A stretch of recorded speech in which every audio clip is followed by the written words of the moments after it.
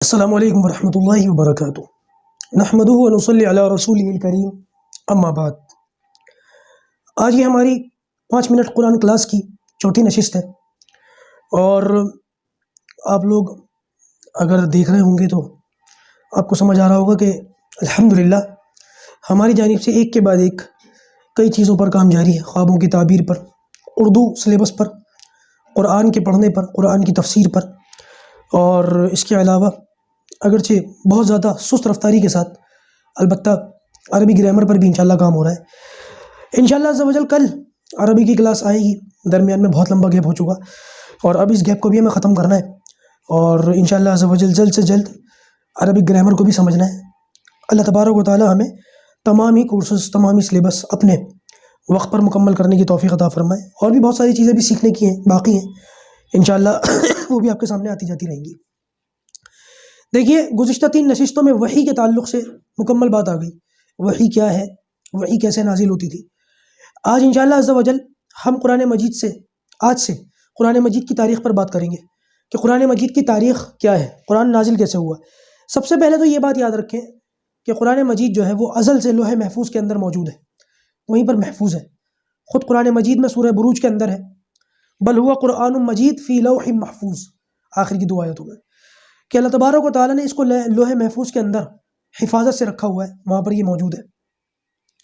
اب وہاں سے جب یہ نازل ہوتا ہے تو اس کے نازل ہونے کی 2 شکلیں، کیونکہ 2 مرتبہ نازل ہوا یہ۔ سب سے پہلے تو قرآن مجید کے بارے میں آتا ہے کہ لوح محفوظ سے آسمان والے، یعنی کہ زمین والا جو آسمان ہے، یہ پہلا آسمان، اس میں ایک مقام ہے بیت عزت کے نام پر، یہاں پر نازل ہوا۔ اور جب یہ بیت عزت میں نازل ہوا تو یہ شب قدر کی رات تھی۔ اس کے بعد نبی کریم صلی اللہ علیہ وسلم کی عمر جب 40 سال ہوئی ہے، اس پہ آپ صلی اللہ علیہ وسلم پر پھر یہ 23 سال کے عرصے میں تھوڑا تھوڑا کر کے نازل ہوا ہے۔ اب یہاں پر کچھ حکمتیں بیان کی جاتی ہیں کہ قرآن مجید پہلے زمین والے آسمان پر اور پھر نبی کریم صلی اللہ علیہ وسلم کے قلب مبارک پر کیوں نازل ہوا 2 مرتبہ، اس کی کیا وجہ ہے اور اس کے پیچھے حکمت کیا ہے۔ مختلف وجوہات اور حکمتیں علماء کرام نے لکھی ہیں، میں صرف چند ایک پر اکتفا کرتا ہوں کیونکہ تفصیل کا پھر موقع نہیں ہے۔ ایک تو علماء یہ فرماتے ہیں کہ قرآن مجید کی شان کو بیان کرنا مقصد تھا، اللہ تبارک و تعالیٰ نے قرآن مجید کی شان کو جو ہے لوگوں کے سامنے بیان کیا۔ مقصد یہ ہے کہ جتنی آسمانی کتابیں ہیں وہ اپنے وقت کے لیے تھیں یا کسی خاص قوم کے لیے، کسی خاص علاقے کے لیے تھیں، قرآن مجید قیامت تک کے لیے ہے، اور اس کی حفاظت کا ذمہ اللہ تبارک و تعالیٰ نے لے رکھا ہے۔ تو لہٰذا یہ قرآن مجید پچھلی آسمانی کتابوں سے الگ ہے، اور اسی لیے اس کو دوسری آسمانی کتابوں کے مقابلے میں نازل بھی الگ طریقے سے کیا گیا۔ دوسرا، اللہ تبارک و تعالیٰ فرشتوں کے اوپر یا اپنی مخلوقات کے اوپر اس بات کو ظاہر فرمانا چاہتا تھا کہ اے میرے بندو، یہ جو قرآن مجید ہے یہ کوئی معمولی کتاب نہیں ہے، بلکہ اس کی حفاظت کا ذمہ میں نے اس طرح سے لیا ہے کہ نبی کریم صلی اللہ علیہ وسلم کے دل مبارک سے پہلے یہ قرآن مجید اور 2 جگہ محفوظ ہے، بیت عزت میں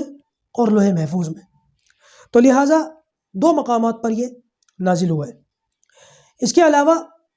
روایت کے اندر آتا ہے کہ جب نبی کریم صلی اللہ علیہ وسلم کو نبوت ملی ہے اور 40 سال کی عمر میں سب سے پہلے، حالانکہ نبوت تو بہت پہلے ملی، یوں کہنا چاہیے کہ جب نبوت کا اظہار ہوا ہے، آپ صلی اللہ علیہ وسلم کی عمر مبارک جب 40 سال ہوئی ہے اور آپ صلی اللہ علیہ وسلم پر نبوت کا اظہار ہوا ہے، اور قرآن مجید کی سب سے پہلی آیتیں اقرأ بسم ربک الذی خلق یہ نازل ہوئی ہیں،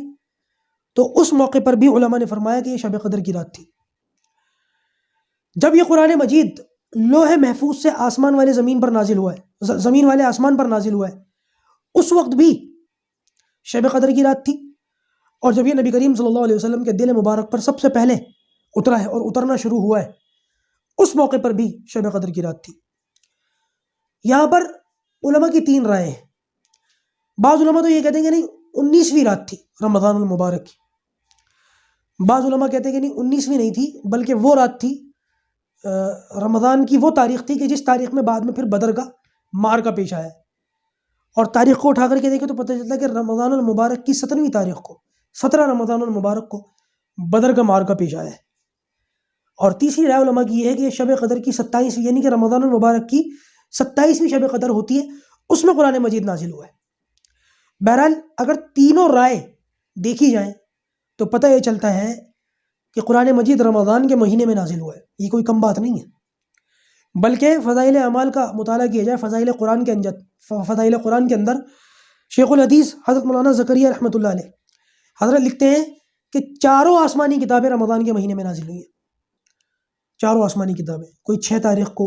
کوئی 12 تاریخ کو، اور کوئی اسی طریقے سے 19 تاریخ کو۔ لہذا تورات، زبور، انجیل اور قرآن مجید، چاروں کی چاروں آسمانی کتابیں اللہ تبارک و تعالیٰ کی طرف سے رمضان میں نازل ہوئی ہیں۔ ہاں البتہ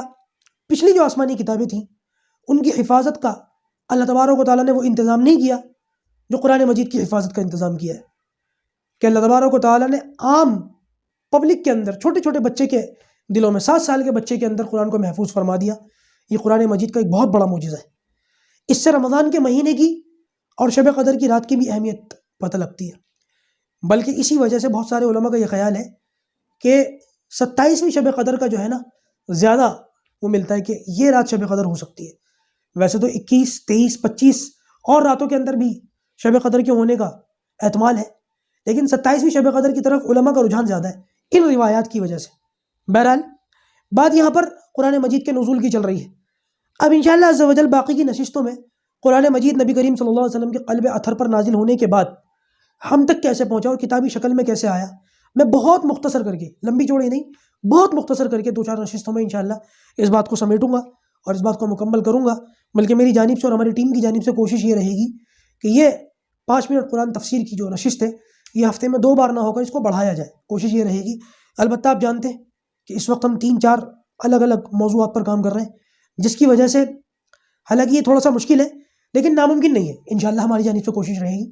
اور کل اللہ نے چاہا تو اس کی دوسری نشست کل ہی آپ لوگوں کے سامنے آئے گی، اور عربک کا جو سبق ہے وہ بھی انشاءاللہ عز و جل کل ہی آپ کے سامنے لے کر کے ہم حاضر ہوں گے۔ اللہ پاک ہم سب کو کہنے سننے سے زیادہ عمل کرنے کی توفیق عطا فرمائے۔ السلام علیکم ورحمۃ اللہ وبرکاتہ۔